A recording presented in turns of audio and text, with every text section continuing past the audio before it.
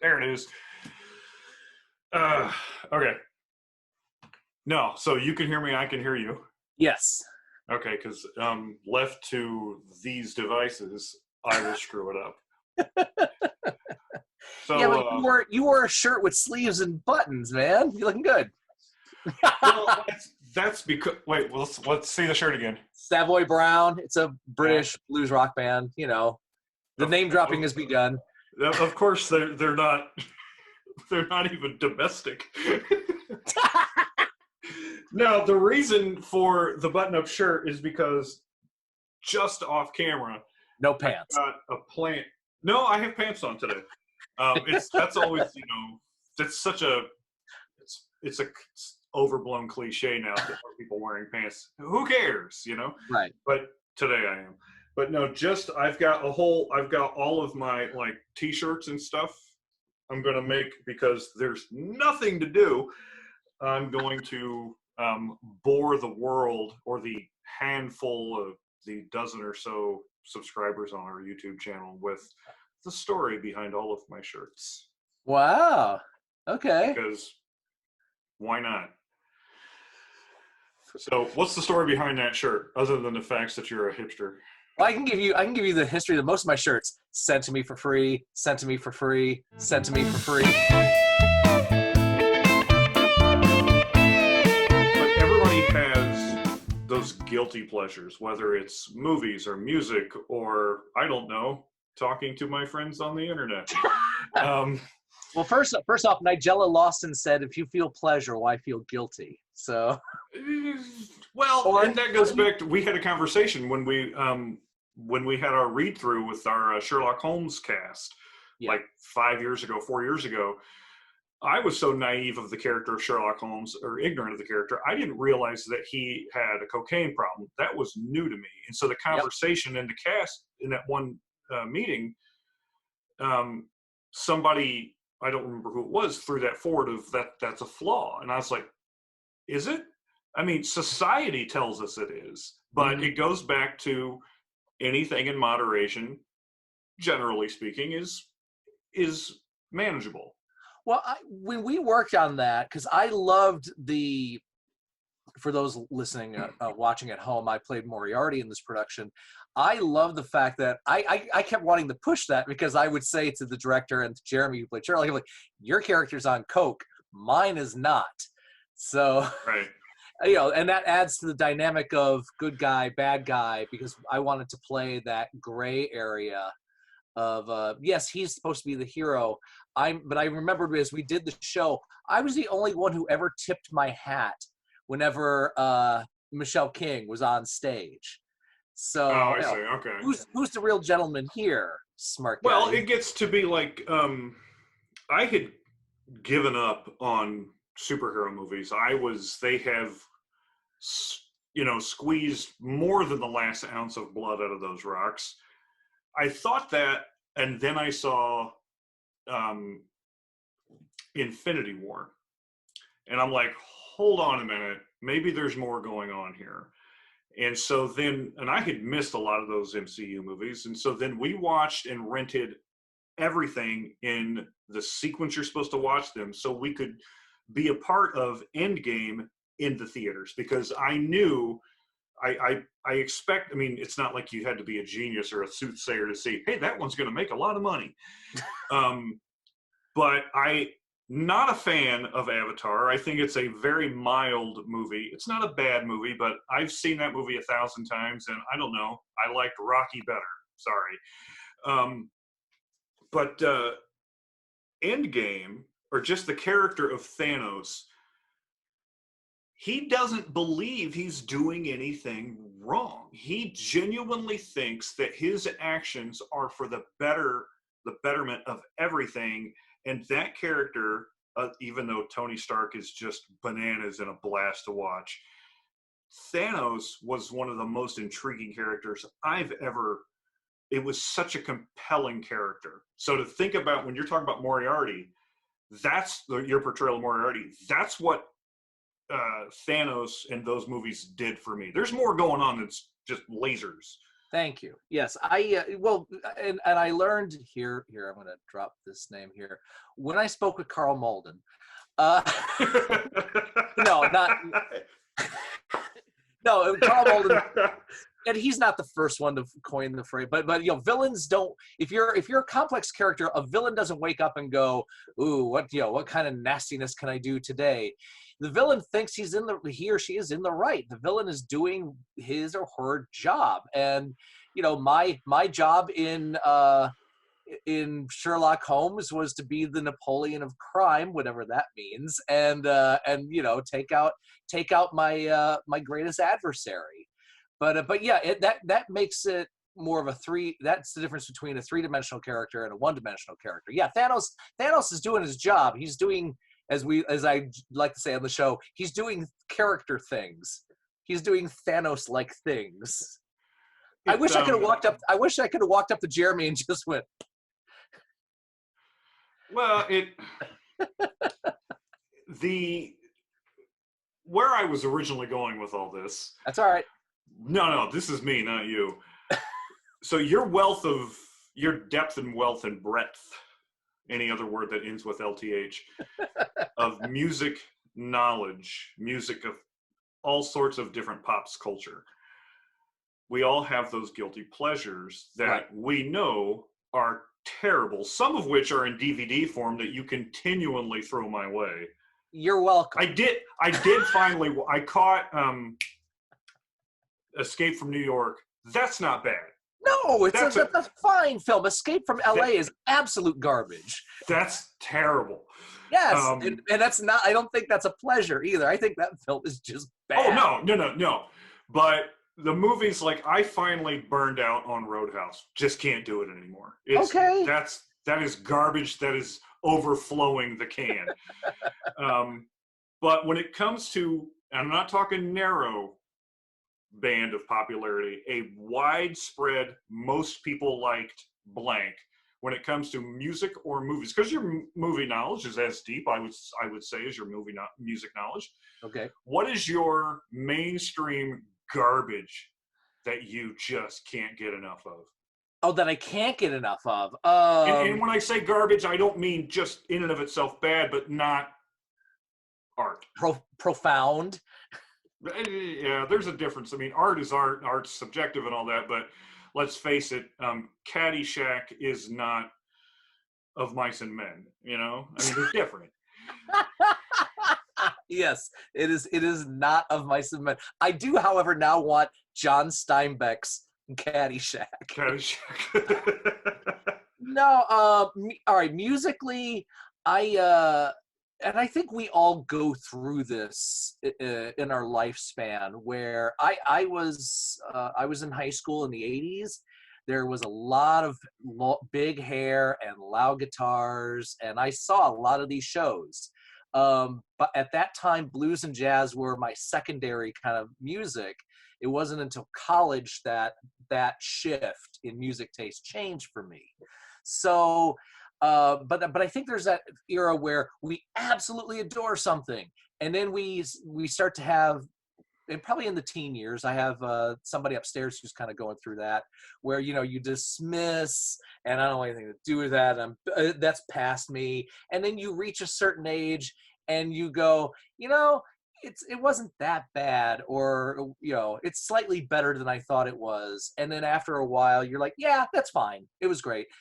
Case in point, when Abdul and I interviewed Richard Thomas, he was promoting. Oh, yeah.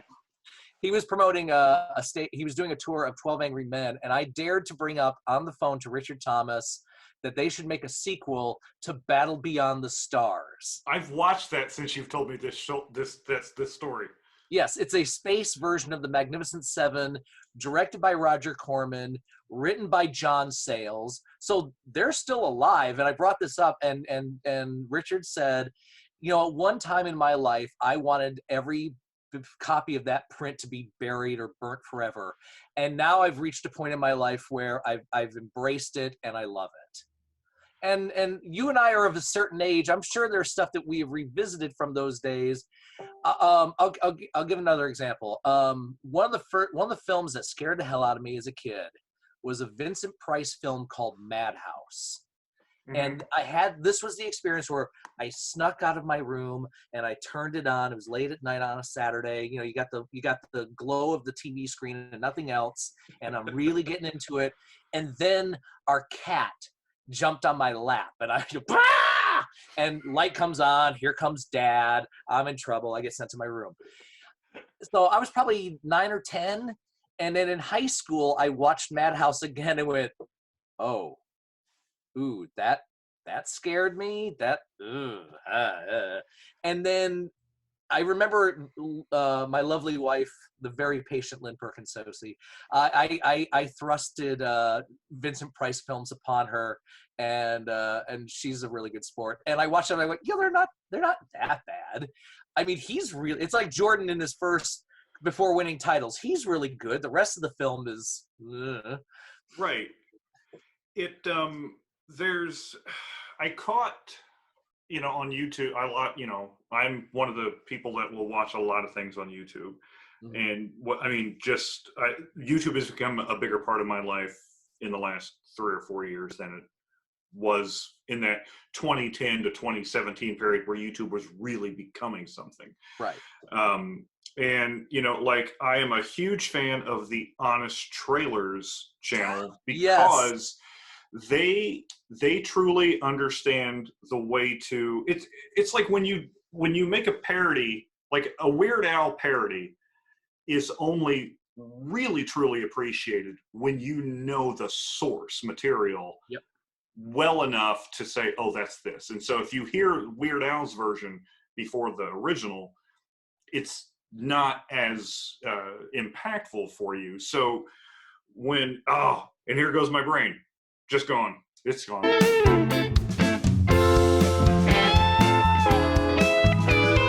Kitchen MacGyver. Not necessarily chopped, but yeah. but there's something to that. I mean, if anything, this is teaching a lot more people to how to conserve a lot of things. So yeah, no, we've been food-wise, we've been good. We have not been hoarding, but right now the freezers are in good shape and the fridges are in good shape. But there is that thing if I buy over the weekend, I bought some ground beef, and by Monday, it was starting to lose some of its red. And I looked at the family and went, "Hey, we gotta cook this." So we made pasta. So I think we're more resourceful now.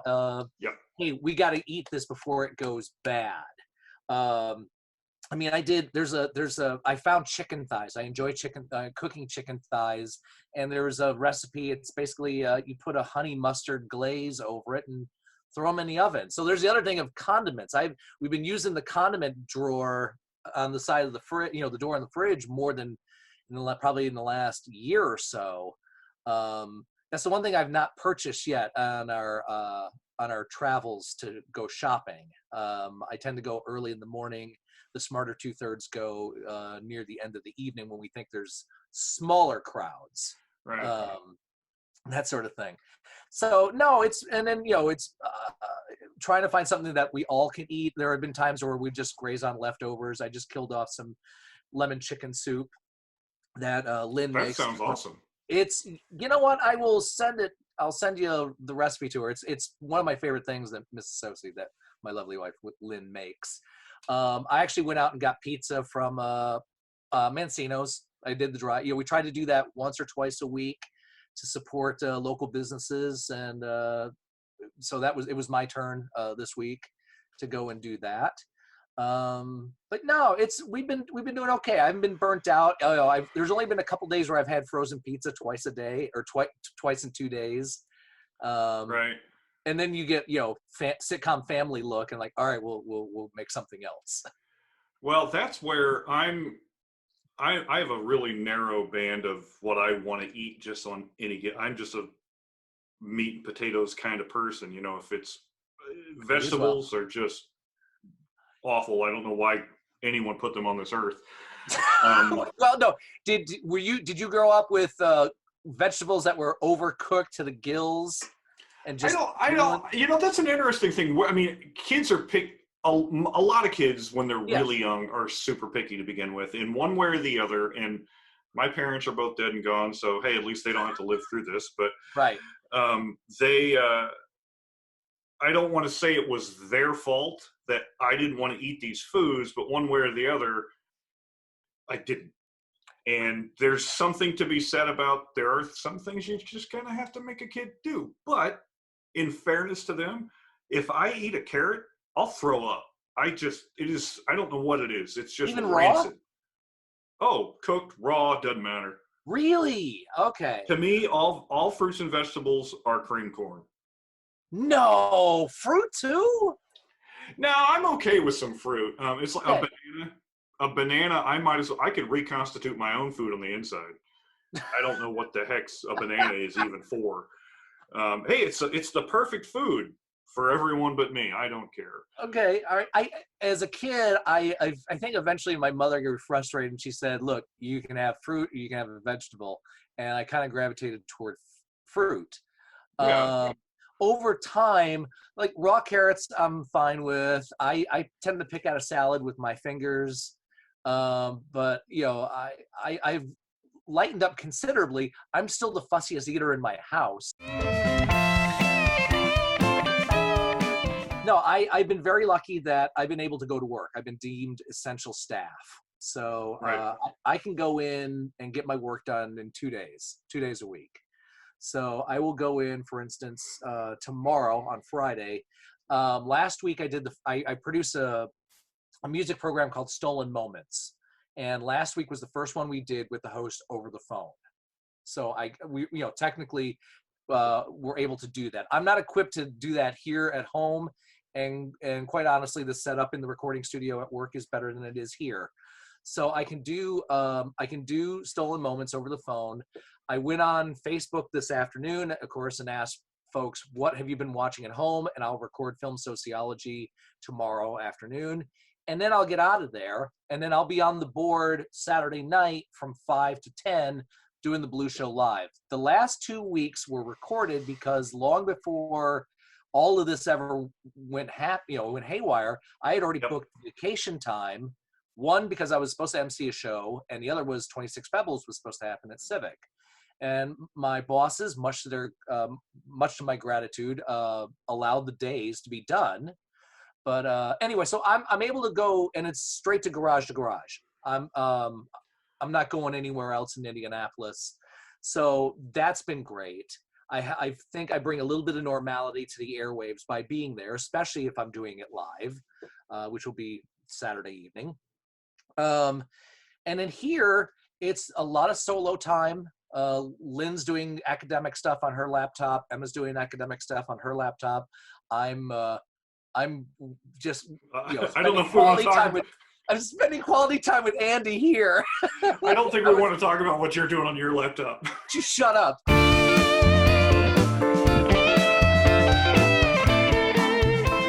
We finally got around to watching Once Upon a Time in Hollywood. Yay! Woo! So I want to talk with you about that. Please. That we are not hardcore Tarantino fans. The few movies that each of us have seen independently, I don't know that we've ever watched a movie together of his. Okay. But it's not like he's making bad movies. But I was because that movie's maybe 220, 2.5, something like 240, that. 240. Okay. I would say Lynn was done with the film when he got back from Italy. Well, that was where, and this is the blessing and the curse of Mystery Science Theater 3000. You can't just sit and watch a movie, right? So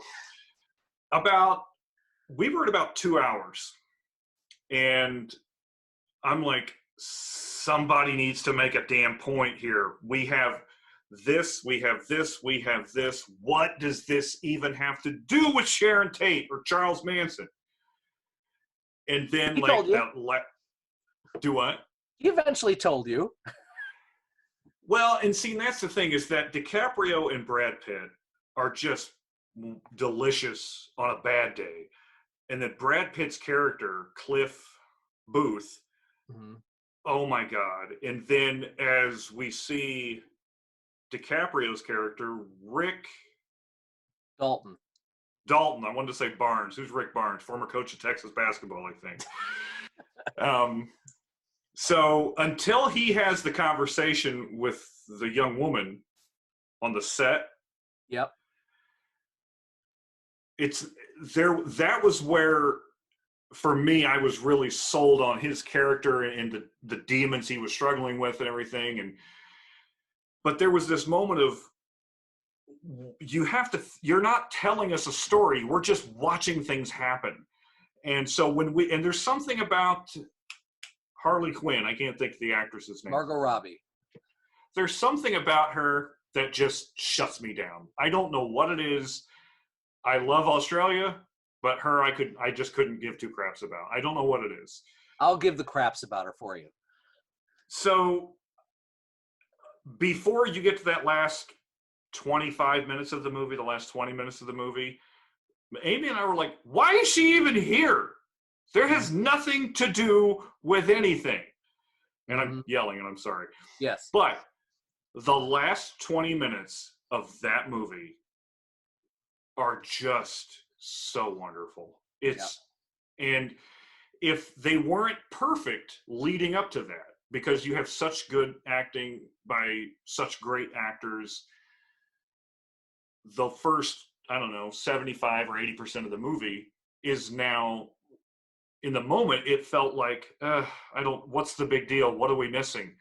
But once you've seen it in its totality, it becomes as good as everyone said it really is. And so I don't, for a minute now, I want to go back and watch it again. Good. Do that. Watch the first 75% or whatever, now that I know how they told it. And this, to me, the ending of this movie is almost the Sixth Sense level of don't tell anybody. Okay. All right. It's so wonderful. I kind of knew going in there was going to be that length, so that wasn't a problem. I knew that we were going to we were going to dive into that world of 1969 Hollywood. So I didn't mind the trip. Emma didn't mind the trip. As I said before, my lovely wife was kind of done with it 2 hours in. Without giving anything away, it's been out for over a year now. But if you've seen Mr. Tarantino's revisionist revenge films like Django Unchained and Inglourious Bastards, there was, watching it all the way through, knowing the history. Now, granted, we have much younger audiences that probably didn't know much about Sharon Tate and Charlie Manson. So that, how is he going to wrap this up? What I liked about the first 85%, as you mentioned, is we have that section of Hollywood that fascinates me, old Hollywood versus new Hollywood, and DiCaprio's stuck in that. You have the mystery story behind Brad Pitt's character. You have Sharon Tate as pure innocence popping up from time to time. But all along, you have this sense, especially in the middle, that big sense of dread, because we know what happens to Sharon Tate. We see Charlie, we see the girls in the camp, the old stunt ground. So yeah, then once we get into the finale, then you figure out how they're gonna wrap this up. So well, the actor go ahead, you. Okay, so anyway, I am a diehard. Emma is kind of a diehard. In fact, we saw it in the theater. And then a week later, we went to see it in downtown Indy on the IMAX screen. And that's the film that I lovingly refer to Emma as Attack of the 70-Foot Brad Pitt.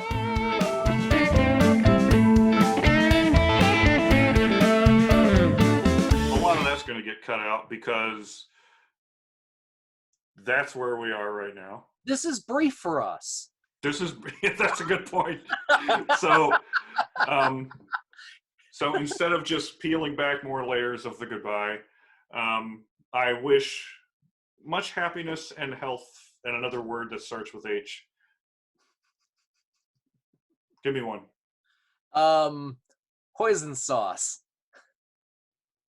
That's Matt Socey. So you have a good day, buddy. You too, pal. I'm going to go out and wash my hands. Wash my jazz hands. I don't know what to do with my hands. Charlie! They took my thumbs, Charlie! They took my thumbs! How many hand things can we come up with? Well, there's one I shouldn't do. Yes. You're gonna check out that fast? All right. Right there. The old and then you've got the dog. Yes. Right? The Doberman. So tell everybody hey. Hey. All right. I'll see you, Matt. All right, man. Later. Bye-bye.